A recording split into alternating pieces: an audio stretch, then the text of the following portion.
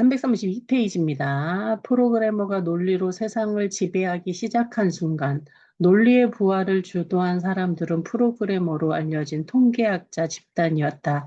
이 프로그래머들은 미국 노동부, 상부부, 국방부서 일하며 모든 것이 전략적 가치를 매였다. 1000제곱미터 면적의 땅에는 옥수수 10마리의 가치가, 고등학교 졸업장에는 5,000달러의 가치가, 폭격기 한 대에는 보병 1,000명의 가치가 있다는 식이었다. 다음으로 그들은 그 숫자를 늘리는 논리적인 방법을 고안해냈다. 더 많은 작물을 재배하는 농장, 더 많은 정보를 전달하는 교과서, 더 많은 폭격기를 생산하는 공장을 설계하는 식이었다. 그리고 그것을 최적화라고 불렀다. 사람들이 프로그램에 관심을 갖기 시작한 것은 1943년부터였다.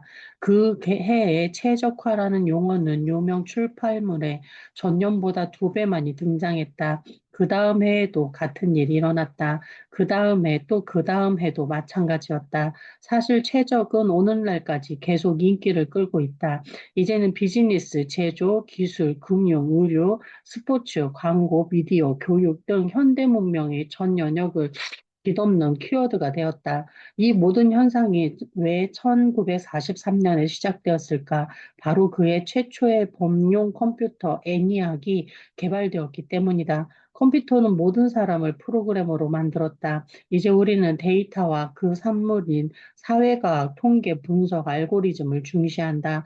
우리는 인구 통계, 평균값, 승률에 따라 세상을 이해한다.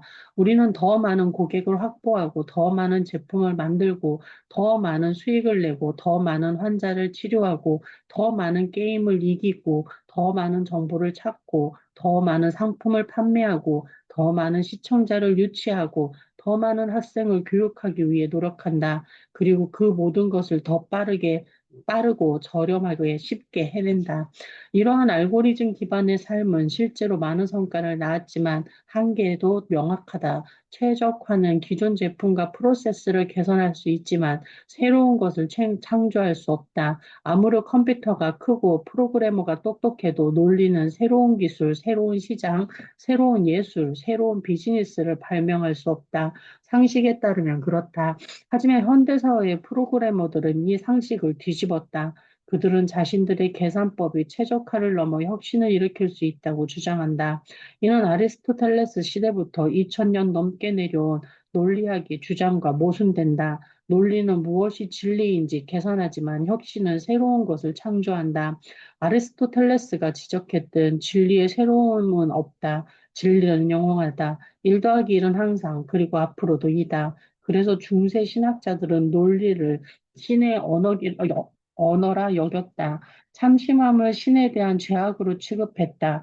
혁신을 옹호한 최초의 유럽인인 마키아벨리가 거짓된 행동의 대명사가 된 이유이기도 하다. 아리스토텔레스 이후 논리는 창의성의 반대편에 있는 힘으로 의식되었다. 논리는 데이터를 추세와 평균으로 압축해 과거로부터 전형을 추출하고 창의성은 전형을 깨고 전에 없던 것을 만들어냈다. 즉, 논리는 전례를 굽히는 힘인 반면 창의성은 전례를 부수는 힘이다. 그런데 이 패러다임을 뒤흔든 인물이 있었다. 20세기 중반 미국의 심리학자 조이풀 킬퍼드다. 킬퍼드는 제2차 세계대전 후 2차 세계대전 중미 육군 소속으로 복무하면서 애니악을 접했다. 애니악은 수학적 계산 능력이 감탄한 그는 인간의 모든 지적 행동 역시 컴퓨터처럼 프로세서가 될 수 있다고 확신했고 1950년대에 들어서 혁신이 발산적 사고와 수렴적 사고라는 두 가지 사고 프로세스의 결합이라고 주장했다. 발달적 사고는 무작위적 생성 과정이다. 기존 아이디어들을 임의로 연결지어 새로운 아이디어를 만들어낸다. 팀 브레인스토밍이나 컴퓨터 알고리즘처럼 규모를 확장하며 수많은 참신한 결과를 끌어낼 수 있다. 수렴한 사고는 논리적 정제 과정이다. 패턴을 찾고 원형을 반복적으로 수정하는 과정을 통해 발달적 사고의 결과를 다듬는다. 브레인스토밍이나 AI로 생성한 참신한 아이디어를 투입하면 과거의 성공 사례와 유사한 것, 논리적으로 가능성이 높은 것을 추려한다.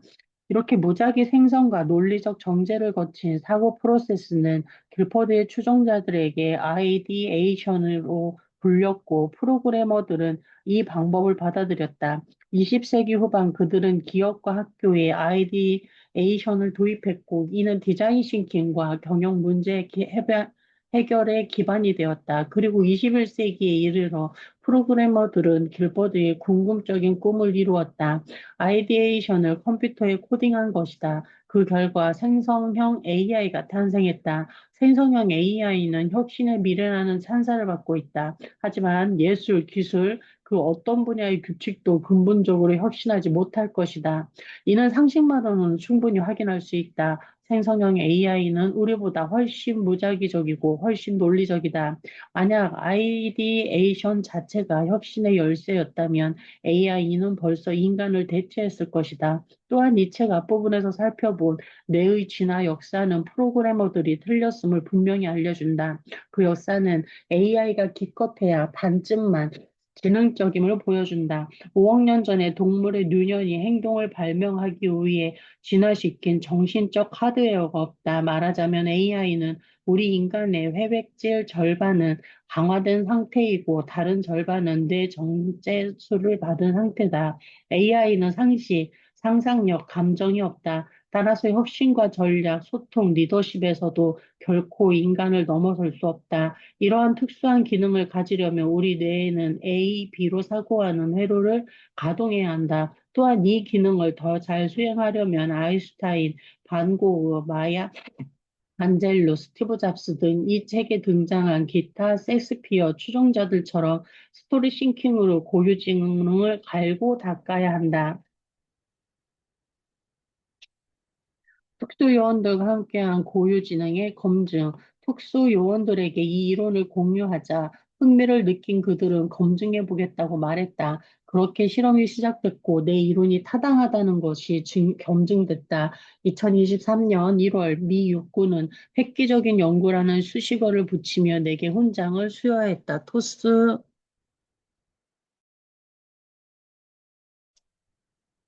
훈장을 갖고 집에 갔더니 가족들이 깜짝 놀랐다. 가장 놀란 사람은 어머니였다. 어쩌다 군인들이랑 같이 일하게 됐니? 어머니는 나무라는 투가 아니라 정말 궁금해서 묻는 것처럼 들리려고 최선을 다했다. 어머니가 군인에 대해 부정적인 인식을 가지게 된 데는 이유가 있었다. 외할아버지는 영국 육군의 대령이었지만 한국전쟁 당시 임진강 전투에 참전하는 것을 피했다. 그는 전투보다 군화의 광을 내고 꽃시험을 다듬는 평화 시기에 막사 생활을 선호했다. 외할아버지의 그런 형식적이고 무의미한 규율은 어머니의 기질과 정면으로 충돌했다. 독일 나토 주둔지에 사는 가냘픈 소녀였던 어머니는 외할아버지의 잘 정돈된 연병장에 마을 돼지들을 풀어 아수라장으로 만들었다. 나중에 외할아버지는 어머니가 독서로 불어난 생각을 갖게 되었다고 여기고 책을 내다버렸다. 그런 식으로 딸을 통제하려 했지만 어머니는 그 길로 집을 나가 간호사가 되었다. 그리고 프로렌스 나이팅게일 병동에서 가스에 실명한 제1차 세계대전 참전 용사들을 돌보았다. 특수 요원들이 전투 시에 좀 더 현명하게 행동할 수 있게 도우려고 제발 어머니가 내 말을 잘랐다. 나는 네 엄마야. 너를 누구보다 잘 안다고. 넌 파리 한 마리 못 죽이잖아. 어릴 때 식탁 위에 기어다니는 개미 한 마리를 내가 눌러 죽이는 걸 보고 넌 울음을 터뜨렸어. 내가 다시는 개미를 죽이지 않겠다고 약속까지 받아냈잖니? 너처럼 물러터진 애는 전쟁과 안 어울려. 그러니까 바른 대로 말해. 네가 어떻게 군대 일을 하게 되었느냐고. 내 대답은 이렇다. 특수부대와 나는 하나의 예외적인 신념을 공유했다. 컴퓨터보다 더 똑똑한 인간의 뇌를 활성화하려면 현대 심리학을 넘어 더 유서 깊고 창의적인 과학으로 나아가야 한다는 것이다. 당신도 그 모험에 동참하고 싶은가? 그렇다면 다음 장에서 그 방법을 알려주겠다. 12장 스토리 싱킹 인간 사고의 본질 뇌를 움직이는 궁극의 사고법 인간의 지능에 대한 내 독특한 연구는 특수부대를 만나기 20년 전인 1990년대 후반에 시작되었다. 당시 나는 미시간 대학교 의대 신경생리학 연구실에서 시냅스, 즉 독창적 행동을 생성하는 A는 B 기계를 연구하고 있었다. 칭칭감은 테이프와 제각각인 나사로 현미경을 직접 만들고 유리기구를 개별 시냅스에 연결해 그들의 생각을 추적했다.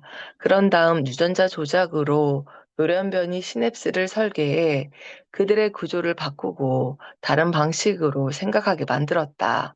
이런 뇌 연구 방식은 심리학 실험에서 사용하는 접근법과 매우 달랐다. 심리학 실험은 단독 돌연변이체를 대상으로 하지 않는다. 수백 명의 평범한 사람을 대상으로 한다. 아니, 수백 명의 수학적으로 합성해 만든 평균적인 한 사람에게서 모든 인간의 전형적인 생각이라는 표준 모형을 도출한다. 이 수학적 모델링은 그럴듯해 보이지만 사실은 왜곡한다. 많은 사람의 뇌를 섞을수록 더 비슷해 보인다는 것은 믿을 수 있었다. 하지만 그렇다고 해서 그들이 똑같다고는 할 수 없었다. 어느 날 오후 연구실 뒤편의 녹슨 선반에서 발견한 자연주의를 위한 현장 안내서라는 녹색 소책자에서 나는 내 믿음을 뒷받침할 근거를 얻었다.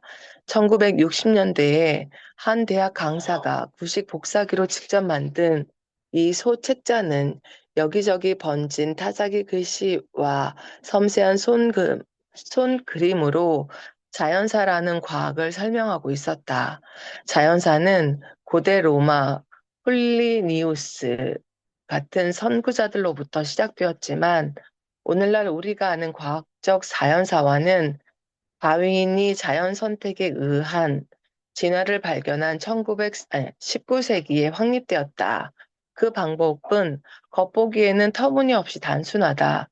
그저 자연 속에 앉아 호기심을 자극할 대상을 진득하게 기다리면 그만이다. 예상치 못한 것, 그 새로운 종, 특이한 행동, 생물학에 알려진 법칙 등에서 벗어난 예외를 발견하면 호기심이 발동한다. 그 놀라운 대상들을 유심히 관찰하면서 그것들이 어디에서 오는지, 무엇을 하는지, 어떻게 상호작용하는지 살펴보고 그 예외성이 환경에서 어떤 역할을 하는지 오래 관찰하다 보면 결국 큰 이야기를 이해하게 된다. 나는 이 방법에 완전히 매료되었다. 자연사는 통계학과 정반대로 작용하는 과학이었다. 주관을 엄격히 배제하기보다 오랜 세월 끈기 있게 관찰해 얻은 지혜처럼 친밀한 생명에 대한 감각을 길러주었다. 자연사는 작게 시작해서 느리게 진행되었지만 어떤 과학 분야보다 원대한 목표를 지니고 있었다. 지역적인 것을 소중히 여김으로써 세계를 이해하고 하나의 예외적 존재를 깊이 관찰함으로써 전체 이야기의 흐름을 파악했다. 이것이 바로 내가 뇌를 연구하고 그 비밀을 파헤치는 방법이었다. 그런데 왜 나는 이제껏 자연사에 대해 들어본 적이 없었을까? 연구소장에게서 곧 답을 얻었다. 소년처럼 호리호리한 그 남자는 과학에 천부적인 재능이 있었고 평소 말투가 단호하고 못뚝뚝했다. 그는 내 손에서 소책자를 빼앗아 쓰레기통에 던졌다. 그러면서 자연사는 죽은 학문이라고 했다. 그 죽음은 아인슈타인의 출현으로 시작되었다. 그의 대단한 명성은 생물학자들에게 물리학 선망을 불러일으켰다. 그들은 물리학처럼 정밀하고 오류 없는 수학의 언어로 자연을 설명하고 싶어 했다. 대중이 물리학에서 느끼는 확신을 자신의 분야에서도 얻고 싶었던 것이다. 그 결과 스프레드시트를 분석해 알고리즘 모델을 만드는 빅데이터 생태학과 뉴런을 베이즈 계산을 수행하는 트랜지스터로 취급하는 인지과학이 부상했다. 이런 통계적 접근은 자연사를 시대에 뒤떨어진 학문으로 만들었고 자체 대량 생산이라는 치명적인 결과를 낳았다. 자연사학자 한 사람을 양성하는데 수십 년의 고된 현장 경험이 필요했던 반면 수학 생물학자는 한 번의 통계 수업으로 만들 수 있었다. 표준 편차에 대한 지식과 $100짜리 계산기만 있으면 나비, 바다, 감정, 그 밖에 무엇이든 다 연구할 수 있었다. 모두 숫자이기 때문에 가능한 일이었다. 그뿐만 아니라 수학 생물학자들은 현장에 전혀 나갈 필요도 없었다. 책상 앞에 앉아 자동 센서가 수집한 데이터를 분석하고 권위 있는 학술지에 신속하게 논문을 발표하고 노동 집약적인 자연사 연구는 주변부로 밀어내어 결국 없애버리면 그만이었다. 후스. 연구소장은 이것이 자연사의 비극이라고 설명했다. 그의 말은 일리가 있었지만 그게 다는 아니었다. 그가 소책자를 쓰레기통에 버릴 때 받은 충격에서 회복한 나는 의대 도서관으로 가서 오래된 참나무 테이블에 앉아 자연사의 부흥과 몰락에 관한 책을 읽었다. 수백 개를 메모했지만 가장 큰 깨달음은 세 가지였다. 19세기 초 아인슈타인의 물리학에 영향을 준 전자기 법칙은 마이클 패러데이가 수학 없이 발견했다. 패러데이는 자연사 과학자들처럼 자연에 대한 감각을 끈기 있게 키웠다. 오늘날이었다면 이런 접근은 비논리와 유사과학으로 빠지는 관문쯤으로 여겨졌겠지만 패러데이는 성실하고 집요한 연구자였고 그의 발견은 제임스 맥스웰의 우아한 수식으로 뒷받침되어 현대 전기공학으로 이어졌으며 나중에는 양자 이론으로 발전했다. 19세기 후반 하버드 교수 윌리엄 제임스는 통계 없이 현대 심리학을 탄생시켰다. 그는 수백 명의 데이터를 평균 내는 대신 개별 사례를 면밀히 연구해 인간의 뇌에 대한 감각을 키웠다. 그의 연구는 자유의지, 의식, 영성에 대한 통찰로 이어졌고 이 통찰은 훗날 통계 기반의 수많은 연구들로부터 교차 검증되며 정당성을 인정받았다. 20세기의 한 정신과학자가 돌연변이 시냅스를 연구하기 위해 연구실을 세웠다. 이 신경과학자는 데이터를 빠르게 수집해 논문을 쏟아내고 싶어하는 대학원생들에게는 전혀 관심이 없었다. 하지만 신경세포가 어떻게 행동하는지 느끼려는 감각을 기르려는 젊은 연구자에게는 한없이 너그러웠다. 그 신경과학자는 우리 연구소 소장이었고 젊은 연구자는 나였다. 이 세 가지 이야기는 자연사회의 더 깊은 과학적 뿌리인 자연주의를 드러낸다. 자연주의는 자연의 희귀성에 대한 세심한 관찰이다. 또한 그 동력은 호기심과 상상력이다. 눈으로 보이는 물리적인 현상을 기록하는 일 외에도 그 현상을 일으킨 보이지 않는 물리적 메커니즘을 창의적으로 추측해야 하기 때문이다. 그 창의적 추측은 현대 생물학, 현대 물리학, 현대 심리학을 낳은 19세기 혁명을 일으켰다. 또 자연주의는 통계적 일반화를 거부하지만 수학을 반대하는 것은 아니다. 오히려 수학을 보완한다. 나중에 계산으로 검증할 수 있는 가설을 만들기 때문이다. 패러데이와 제임스의 이야기에 감동한 나는 자연주의자가 되기로 했다. 현대 심리학의 통계적 방법으로는 발견할 수 없는 상상력, 감정, 상식, 직관 같은 저정보 상황에서의 두뇌 작용을 탐구할 생각이었다. 나는 내가 훈련받았던 곳과 같은 연구실을 차리기로 결심했다. 다만 한 가지 차이가 있었다. 그때는 개별 시냅스의 특별한 지능을 연구했다면 이번에는 개별 내의 특별한 지능을 연구할 작정이었다. 하지만 어떻게 해야 할까? 개별 시냅스를 연구한 방식으로 개별 뇌를 연구할 수 있을까? 변형된 DNA를 배양하던 어느 날 문득 깨달았다. 뇌는 시냅스의 집단이고 시냅스는 A에서 B의 사슬이며 A에서 B는 행동의 연속이다. 그리고 행동의 연속은 이야기다. 따라서 뇌는 이야기로 생각한다.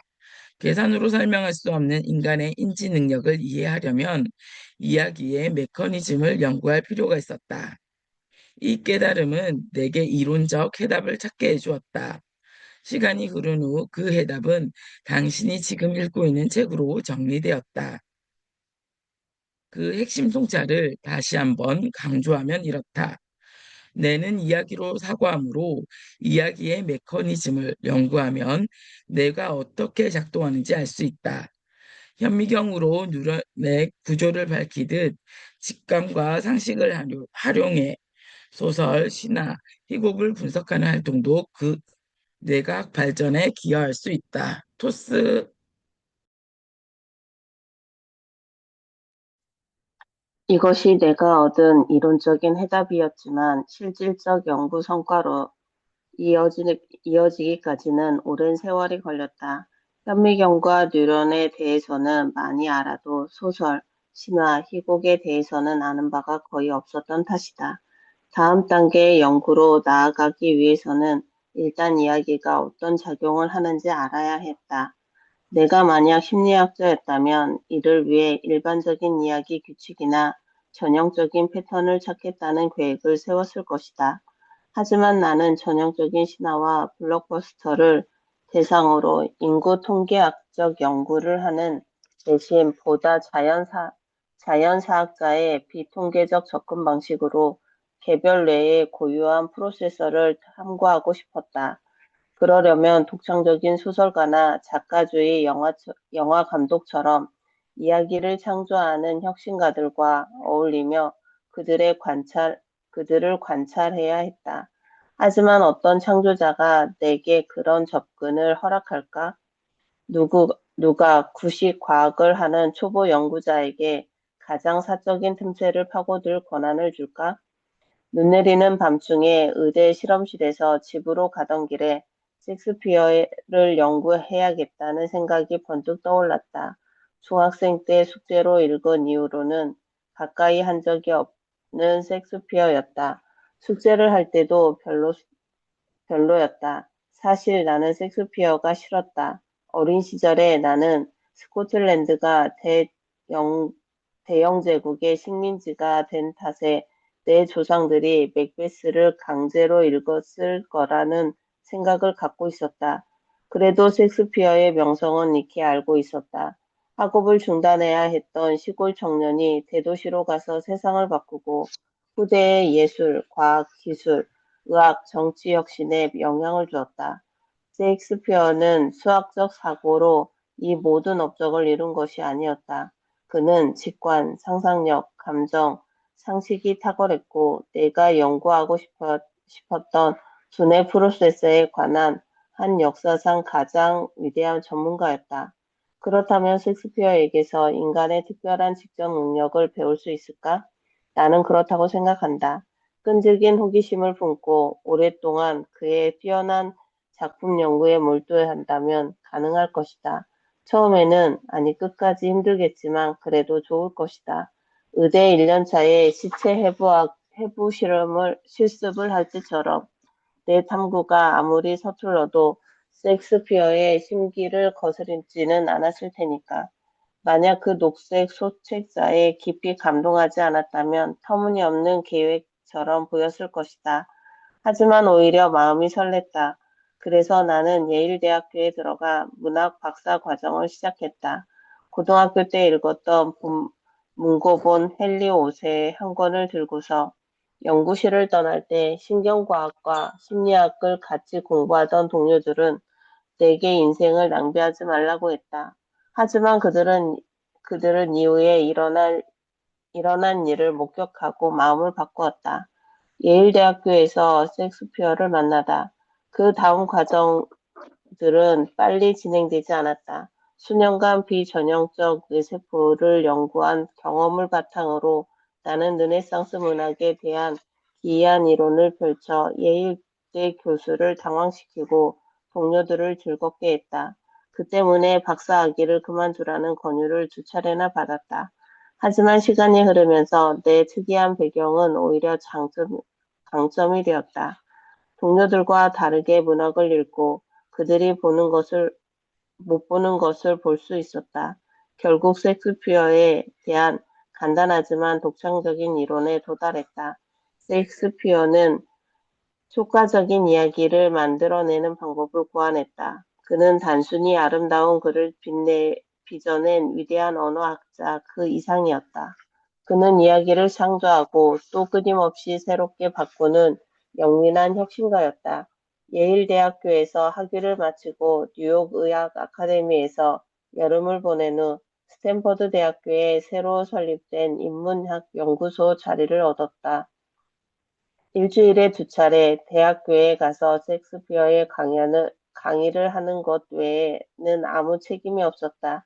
어느 날 감동을 주는 이야기를 만들 수 있다면 미래를 바꿀 수 있다라는 제목의 강연에서 한 학생이 내게 픽사 영화를 본 적이 있냐고 물었다.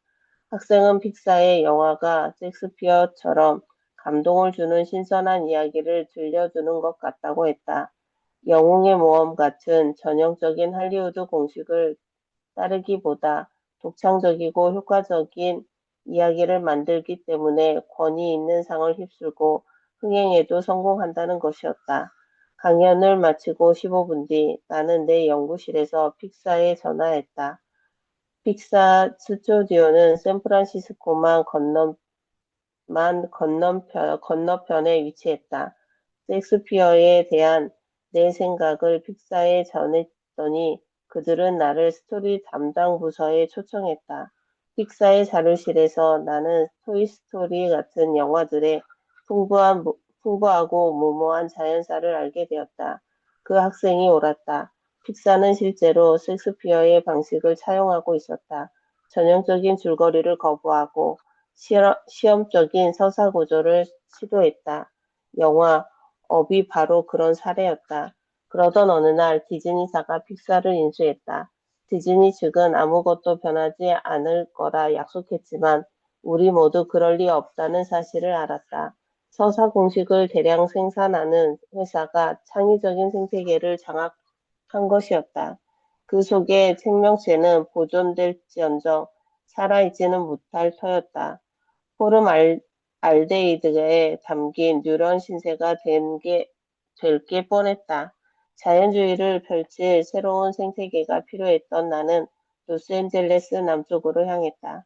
그곳에서 서던 캘리포니아 대학교 교수진에 합류했고 오스카상 수상 작가, 프로듀서, 감독으로 구성된 예술과학 아카데미에서 연구를 진행했다. 그들은 내 이론에 흥미를 보이며 시나리오를 직접 써서 그 이론을 시험해 보라고 권했다. 나는 첫 시나리오를 할리우드 글로벌 에이전시 CAA에 보냈더니 이 작가는 재능이 없다는 답이 돌아왔다. 나는 다시 책상에 앉아 내 이론에 따라 계속해서 도전했다. 몇 달 후에 내가 쓴 시나리오가 대형 스튜디오에 판매되었다. 그 후로도 판매는 이어졌다. 소니, 파라마운트, 유니버셜, 심지어 데스스타 디즈니와도 프로젝트를 진행했다. 나는 영화, TV, 연극을 넘나들며 왕립 셰익스피어 극단 출신 작가와 배우들, 신경 발달 장애인을 위한 지역 극단들과도 협력했다. 그리고 마침내 나는 일생일대의 기회를 잡았다. 할리우드가 아닌 과학계서였다. 프로젝트 내러티브, 이론이 현실이 되는 곳. 나는 스토리 연구에 관한 세계의 최고의 학술 싱크탱크인 프로젝트 내러티브에 연락을 받았다. 이 기관은 로스앤젤레스나 뉴욕 같은 화려한 미디어 중심지가 아닌 오하이오 주립대학에 조용히 자리 잡고 있었다. 이야기를 청중과 함께 만든다는 신념에 따라 대중 감수성의 심장부인 미국 정부에 뿌리를 내리고 있었던 것이다. 여기까지 하겠습니다. 네, 감사합니다. 5월